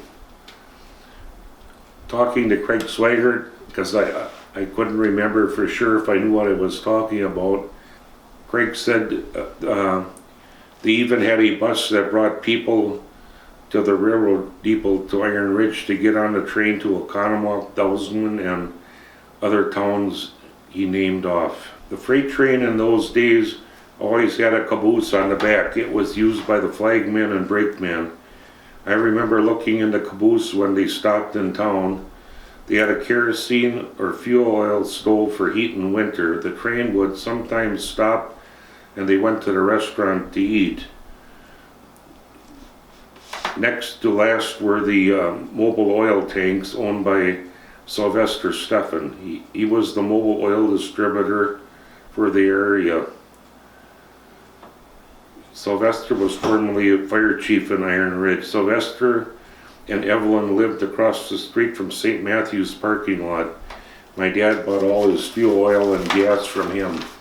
I remember when he backed in the driveway to fill, I liked to watch the meter spin while filling. They had two sons, Victor, who died young of health problems and was married to Linda Steffen, and Dennis, who was killed in a car accident on Highway 60 going to work in Hartford. It was very hard on them and they never were the same. Other businesses not on Main Street: the Iron Ridge Co-op gas station, bulk fuel and feed mill.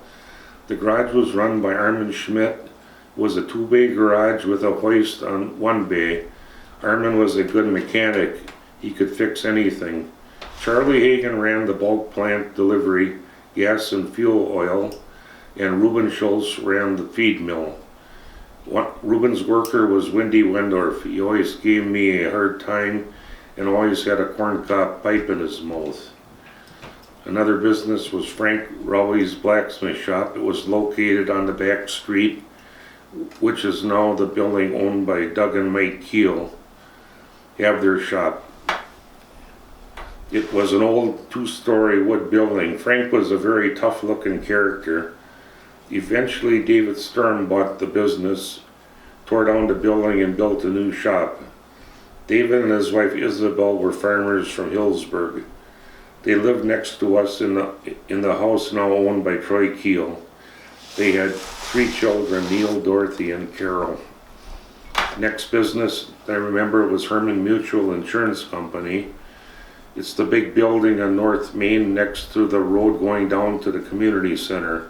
My mom worked there for a lot of years, as well as a lot of local people. Otto Fiedler, Craig Swigert, Ernie Taple, Fred Stuckey, which was Janice Schultz's dad. Julius Schultz was the president. He lived in the house across the street from the post office, now owned by the Hashes. They held dinners in the basement, and when they closed, my mom took dishes and silverware. I still have them today. My mom always joked about lining up Craig with another worker, Anna Klug. Anna Klug's dad was Walter Klug. He was the Dodge County Highway Commissioner. It must have worked because Craig and Anna got married, having 2 children, Christopher and Amy. Next business was Rex and Loretta Swiggert's Cheese Factory. It was located across the street from David Sturm's blacksmith shop. They are Craig's mom and dad. Rex quit making cheese in 1962. Another business was the old Iron Ridge Canning Factory building, now owned by George Wiedmeyer, where Kenny King had his firewood operation. I don't think the canning factory was going in my time, but I remember Murley telling me he and Wally Bilgren worked there. I seen a can of peas which Craig Swigert has unopened, has the label Iron Ridge Canning Factory on it. Craig still got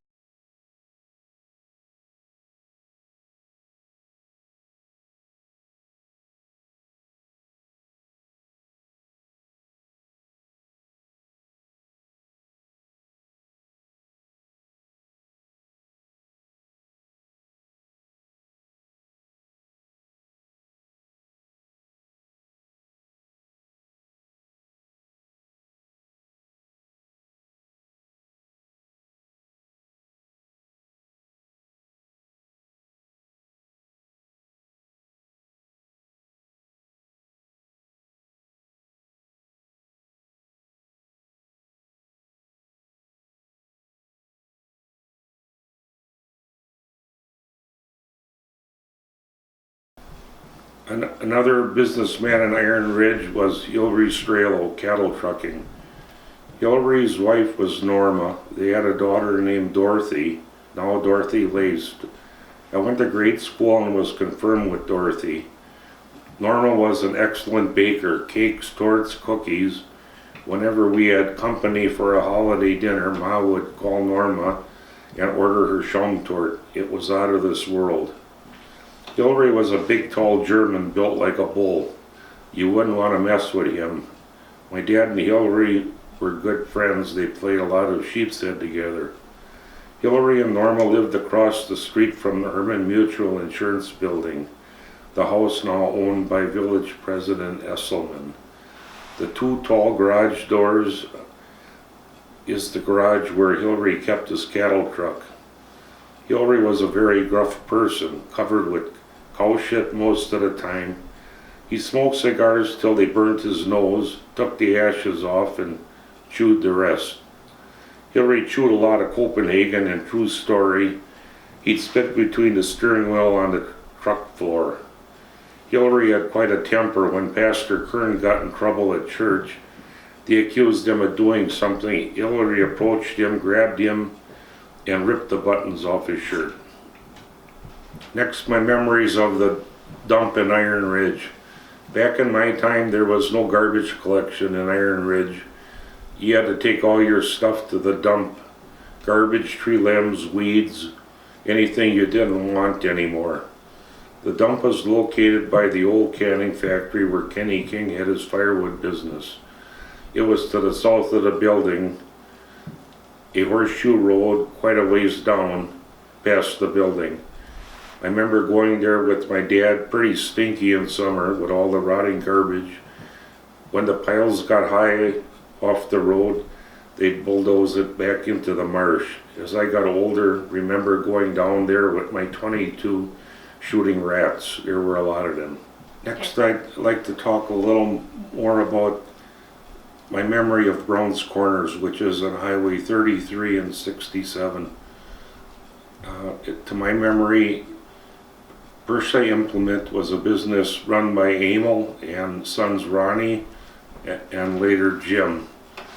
They sold farm machinery, and across this road from Persay's in the White House was Jerry and Adeline's bar. Jerry was his name was Jerry Droz. I remember they always had a bulldog walking around in the bar, and remember the guys from the Lime Works coming in there. One was Ray Brath, which is Oziah's grandpa, and Kelvin Brandenburg. They sat at the bar and looked like the Pillsbury Doughboy. They were covered from head to foot in lime dust, and their faces were pure white, drinking beer. Across the road from Jerry and Adeline's and Persia's was Eddie Clean's bar and Alex Legal's garage. Eddie Clean ran the bar and Alex Legal ran the garage. Alex Legal's favorite saying was "honest to God," and everybody said "baby doll." When the new road going through, when they had to tear everything down, Alex built his dealership on Highway 33 in TW, and the building is still there. And he was an American Motors car dealer for a while, I remember. Max Wrench lived in a brick house next to Eddie's Tavern. Max Wrench would be Bill Kaepernick's father-in-law. And that house was eventually moved out onto Orr Road next to Crusher Pond, just down from Denny Feller. The house is there yet today. Going back towards Iron Ridge was a small village called Nita. There used to be a tavern and a dance hall right on the corner, which was called Frank and Lillian's Bar in Nita. They had a bar and a big dance hall. Frank worked for my dad part-time, and they had sons Bobby and David, which is called Mouse. The next town I'll move on to was Woodland, Wisconsin. The places I remember were Braunschweig's Feed Mill, and it was run by Brownie Braunschweig was the owner. The mill was across the street from Mardi Gras, and in later years it burnt down. The Woodland Foundry, I don't remember what they all made, but I remember guys working there. It was Rolly Yentz, Earl Free, and Wally Justman, and I think Ray Eaker. My mom and dad got insurance. The guy's name was Frank Bush, and he lived in Woodland. And Frank Bush was Brenda Dom ex-Wheeler's grandpa. My mom and dad bought all their insurance from him. He sold fire, employment, tornado, casualty, automobile, health, and accident.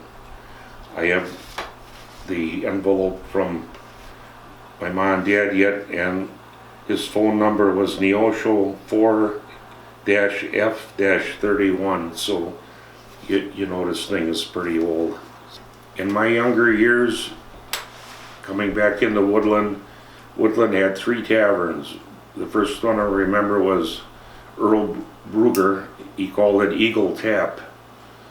My dad and Early and them guys had all their hunters meetings down at the tavern, and Bruger's wife cooked lunch for him, and a lot of times she'd have a coon feed for him. They ate raccoon.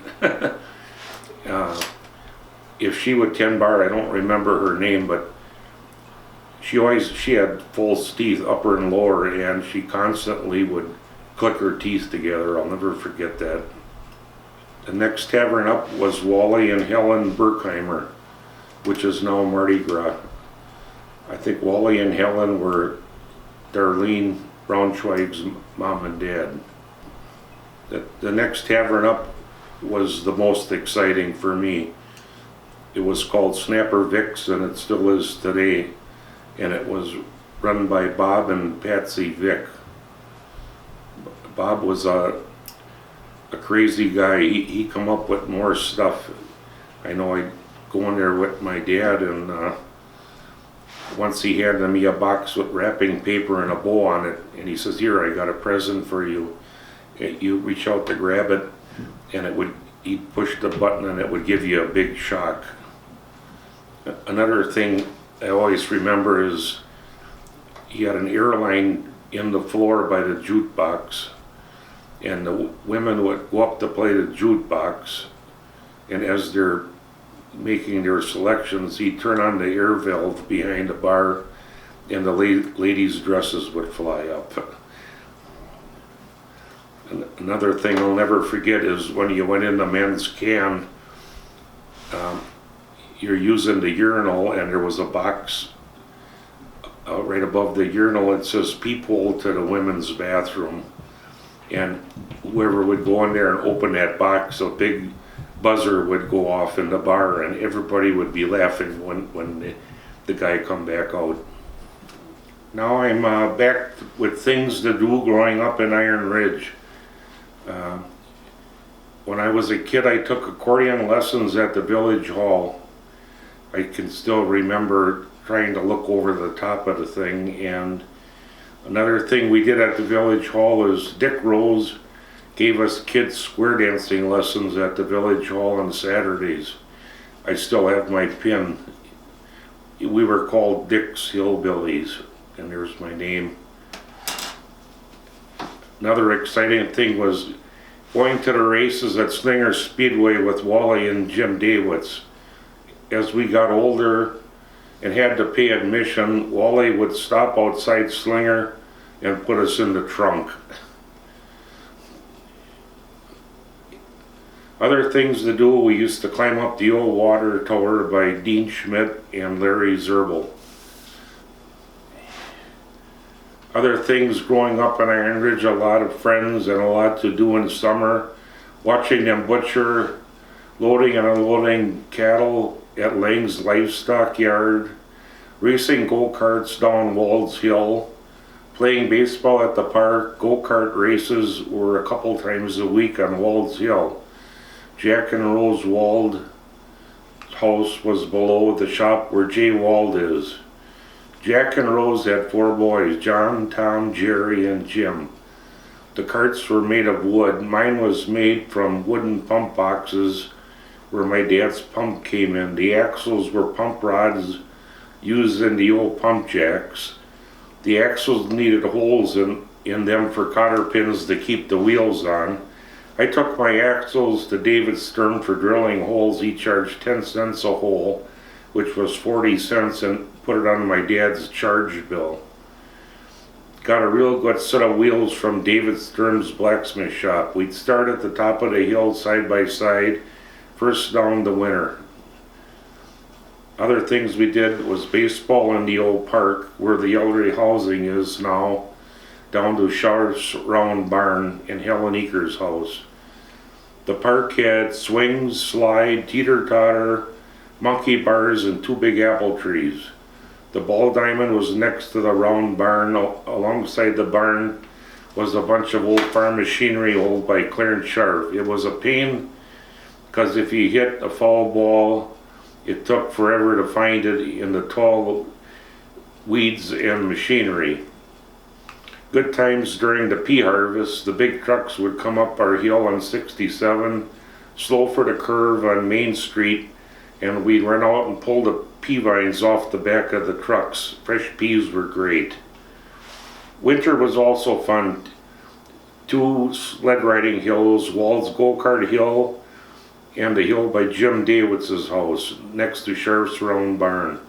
Start at the top of the hill by Jim Taple and end up across the road where the bank parking lot now is. Ma never liked me going there because she thought we'd be hit by a car. Also fun playing hockey at the ice skating pond. The rink was located next to the little house and extended down to the elderly housing. Albert Knippel lived in the little house. Albert was Joyce Dorn and Ronnie Knippel's uncle. He's the one in charge. He flooded the ice rink with an 1.5-inch hose off the hydrant. I started playing hockey with the big boys, Dave Friday, John Connect, Oscar Hartwig, Leo Bonner.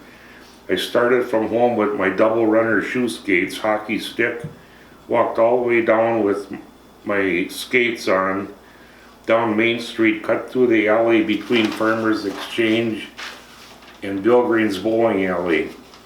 I got my hockey stick from Coast to Coast in Mayville, and if the stick would break, you'd cut a tin can and wrap it around the bottom and nail it and put friction tape around it. The village cut car tires in half for goals. Once Clarence and Virginia Winter bought their house, Gary and Jean started skating, and finally we had a place to go warm up. Everyone stood on the big cast iron floor register in the dining room, which was directly above the wood stove in the basement. It was really warm. The Wendors, Clarence and Virginia, moved to Iron Ridge and bought the house across the street from what now is Doug and Mike Keel's shop.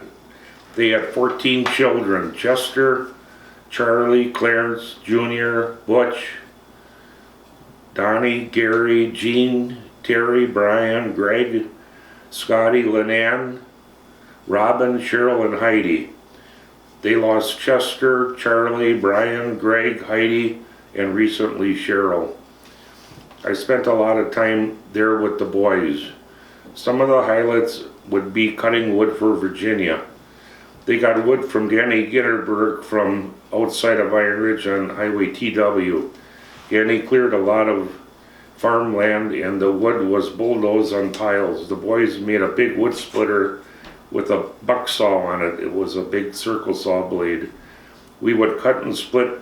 Donnie would use Emil Lozich's dump truck to bring the wood home. He dropped the wood outside the basement steps, and we formed a chain down the basement steps, one piece at a time, handing it off to the next person. Everyone had to help, even the girls, till it got to the back of the basement to get stacked up. Meanwhile, Virginia was in the kitchen trying to feed the hungry crew.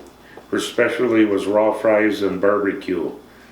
All the chainsaws, gas and oil, and food to feed the crew. You wonder how much that free wood really cost her. The next topic is my jobs growing up in Iron Ridge. The milk delivery in Iron Ridge was done by Ray Erdman. Ray lived in Woodland. He had a van type delivery truck. He started driving in town. He stood up driving in town and slit the seat to sit in the highway. He'd do the driving and tell you what to take up to each house. Milk and cream bottles were in glass. People had boxes in front of the house. You take the empties out and put the full ones in.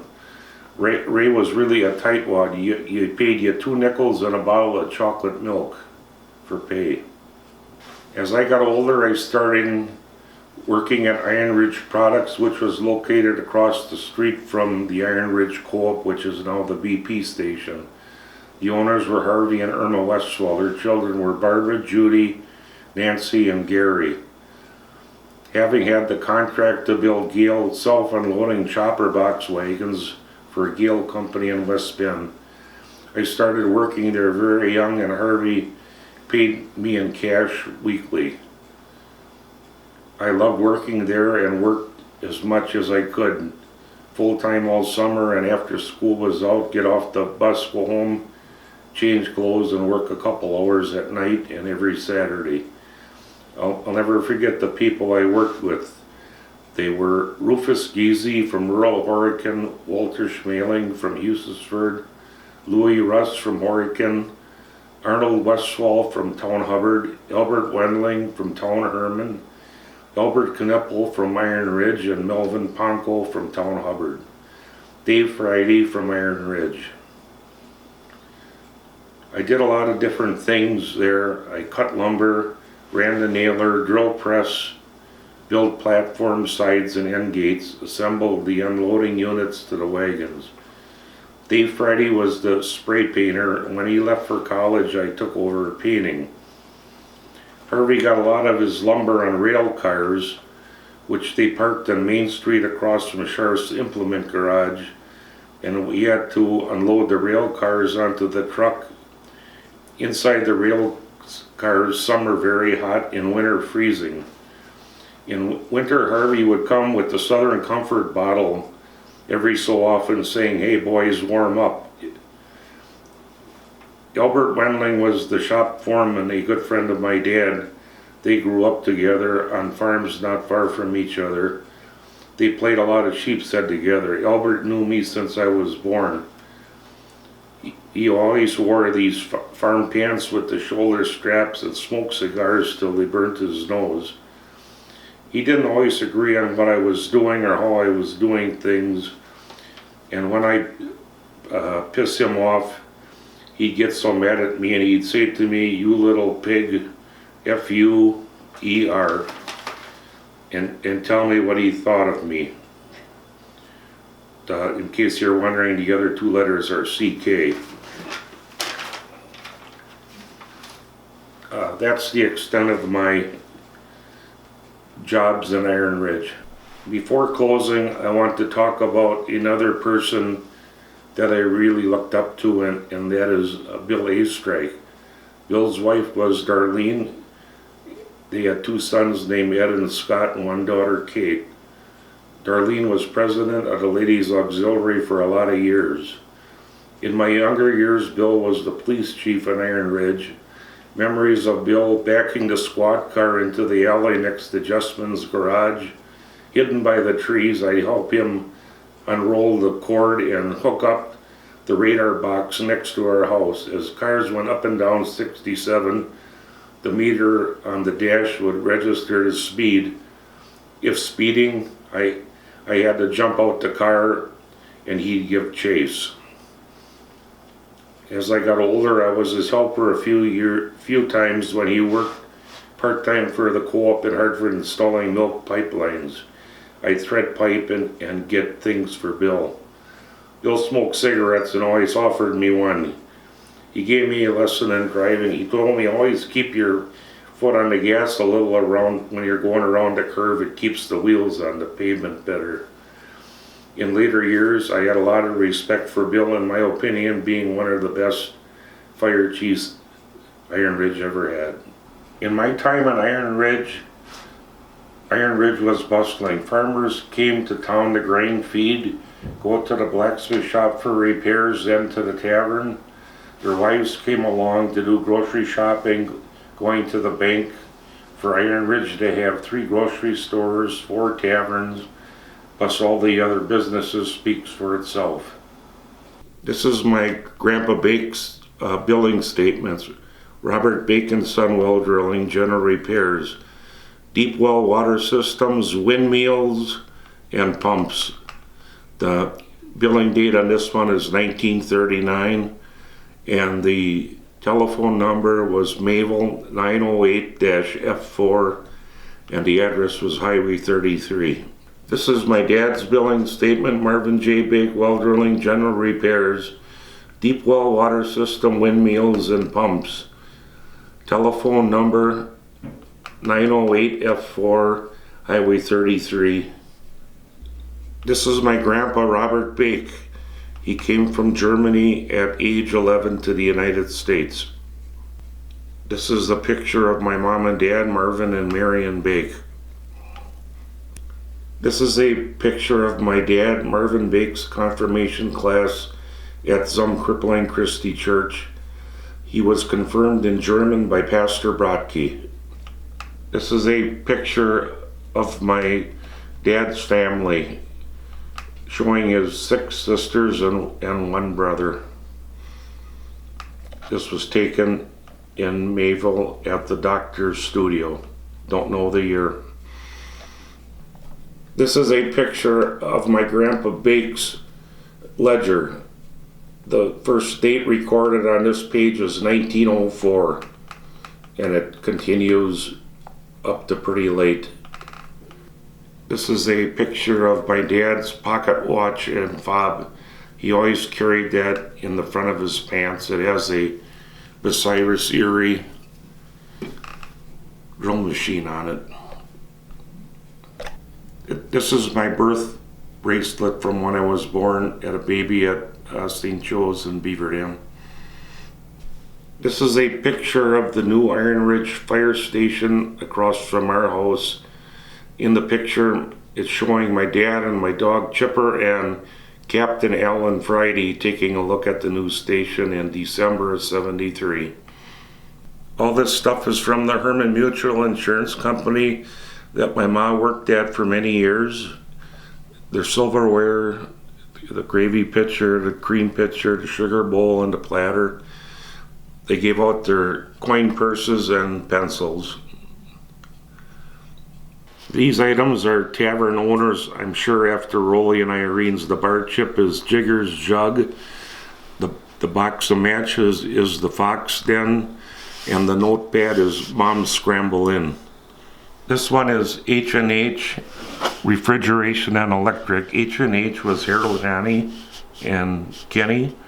And this keychain is from the Iron Ridge Co-op, which is now the BP station. This, it looks like a cake or a cookie cutter. Dean Schmidt found this for me at a flea market up by Hancock someplace, and it reads Farmers Exchange, Henry C. Connect, Meats, Groceries, Locker Service, Mayville, phone number 350R-1, Iron Ridge, Wisconsin. This is the store that burnt down in a New Year's Day fire. This bottle opener comes from Muzak's, compliments the Muzak's Bar in Thuresha Station. It says on it, come to Muzak's and relax with music. This would be the Wendorf's grandma, and this would be Virginia's mother, Selma. She ran and owned the bar in Thuresha Station. These items are from the Frank Bush Insurance Agency in Woodland. My mom and dad got a lot of their insurance from Frank, and one is a screwdriver and a coin purse. In case nobody knows who Frank Bush was, it's Brenda Doms, Nay Wheeler would be her grandpa. These are bar chips from Bill Green's Tavern. They're good for 20 cents in trade. The next one up is Bonzo's First Iron Ridge Inn. They're bar chips, and it says Iron Ridge Inn, and they're good for 15 cents in trade. This one is a wooden nickel from Jerry and Adeline's Tap. That would be the tavern in Brown's Corners across from Persia Implement, and that's good for 10 cents in trade. This one here is from Lone Pine Tap, which is now Sinisippi Pub, and it's good for 15 cents in trade. These are memories of Bill Brandenburg. He's named on here W.A. Brandenburg. Bill had the tin shop adjoining and part of the Teddy Hendel's blacksmith shop on Iron Ridge. Bill he did plumbing, heating, tin work, and repairing. His phone number was Midwest 43-2, and these invoices are dated in the 194, so it'd be the 1940s. This is what he used to write out bills. In summers when I was a kid, we took square dancing lessons at the Village Hall on North Main, and Dick Rose was the square dance caller. He taught us how to square dance, and we each had a name tag. Dick's called us Dick's Hillbillies, and that's my name on it. This picture is in the basement of our school in St. Matthew's School in Iron Ridge, grades 1 through 4, taken in 1957. Our teacher was Miss Glanzer. There's some in the picture that aren't around anymore. There's too many faces to describe at this time. This is my gym suit from Horicon High School. I wore this from 1964 through 1968. These are my gym shorts to go with my gym shirt. What the hell happened in 2021? Now I couldn't get my leg into my waist. This is my graduation picture taken in the Army National Guard after basic and advanced training. That's Company B, 132nd Support Battalion of Milwaukee, and that's my uniform, dog tags, and P38. If you don't know what a P38 is a can opener. These are my memories of the Iron Ridge Lions Club. Secretary in 1978. Next one is president in 1981. And Here's my vest.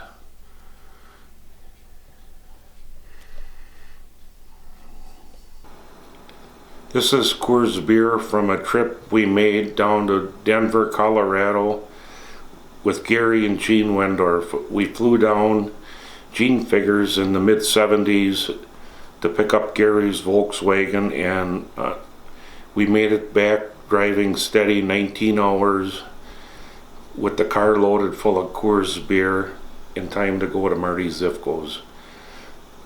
None of these cans have been opened since the 70s. These are memories of the fire department. This is my plaque for 40 years of dedication to the Iron Ridge Fire Department, given to me by my son, Jason, the chief, in 2018. This picture was taken by Penny Molnauer and given to me by her. This is what's called wide open on a Saturday night in the Big Top during the Iron Ridge Fireman's Picnic. This is my homemade sign I made for the Big Top for the Iron Ridge Fire Department picnic. They see this sign, and towards the end of the night, the place rocks. Okay. This is a picture of our deer hunting cabin up in Lake Tomahawk, which Spit Peeper took a picture of and hand painted, given by me from Jason, with the wording below it, "To Dad, thanks for the memories." This is a picture of our deer hunting cabin that he hand painted. These are treasures made for me by Jason in high school. Our trip up north fishing at the deer hunting cabin every summer in June. The frame was made by my friend C.J. McCauley, and thank you. A little extra to add this day and time, I'd like to talk about two people in case I'm not around for Bob Part 2. First is my friend Kurt Schillinger. Kurt always been good to the Boeck family. When my dad was gone, anytime something broke and had to be fixed by her, she'd say, "I'll call Kurt, he'll come fix it."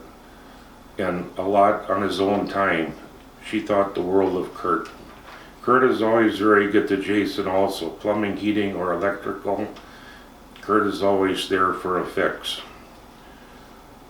And for me, I very much appreciate all he has done for me, allowing me to have my camper by his shop year-round, running electricity down to my camper and water hookup. Life don't get any better than summers staying there, cleaning bullheads and catfish, sometimes finishing at 10 p.m. at night.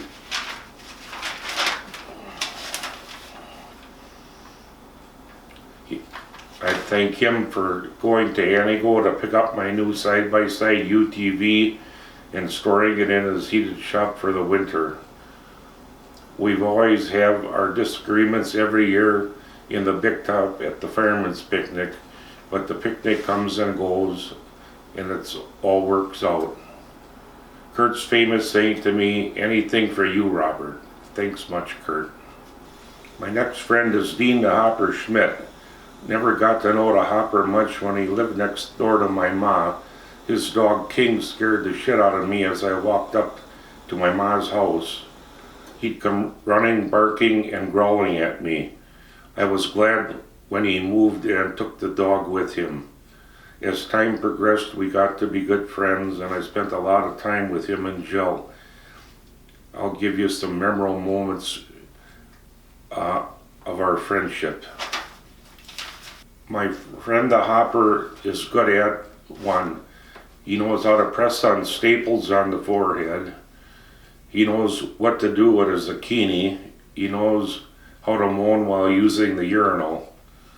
He knows how to pull my blue jean shorts down to my shoes during the picnic in the booze bar with 100 people laughing at me and I can't get them back up.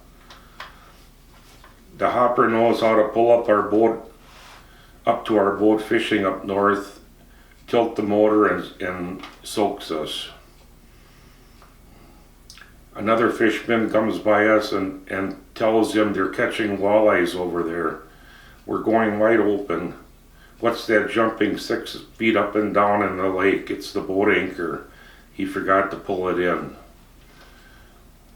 Again, he takes off work on fishing by Panhandle on Sinisippi on the pier, wheels the cooler down with the bullhead pliers in it.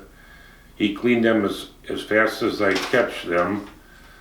Heads, guts, everything over the side of the pier. Pat comes home from work. Pat's really mad. He says to the hopper, "What the hell are you doing?" I go swimming there in the lake. After a little talk, Pat lightens up and Dean quits cleaning. Next are my weekly 9 o'clock calls from the hopper at break at Metalcraft and other times. He don't like what you're saying. He hangs up the phone. No goodbye. I'm still talking and he don't reply, not realizing he hung up on me. Other times, when he don't want to talk to me anymore, he says, "I got another call, I gotta go," which he never does. That's my friend the hopper. In closing, some of you might shake your head. Some may say, "What the hell? I didn't do this to be a standout." These are all the fond memories of the things I did growing up. The people, the inside of the businesses and taverns, I can still picture them all as I was in them yesterday.